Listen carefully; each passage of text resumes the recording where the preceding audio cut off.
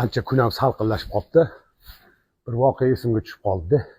SSR xalq arzida Shukur Burhonovning uylarida Asqar aka degan yigit xizmatda bo'lganlar. Ajoyib yigit edi.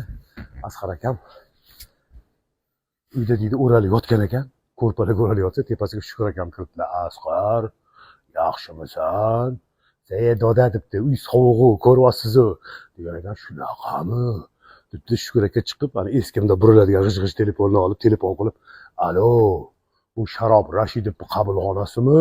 Yana sekretar ko'targan. "Sharobni ulang" debdi.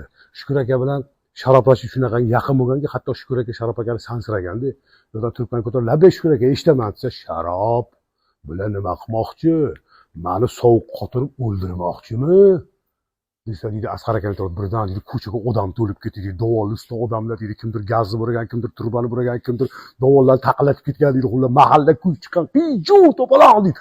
Ular orada 2 soat o'tgandan keyin uyda o'ralib yotsam deydi, tepasiga Shukur aka kirib, "Asqar, isitdingmi?" dermish.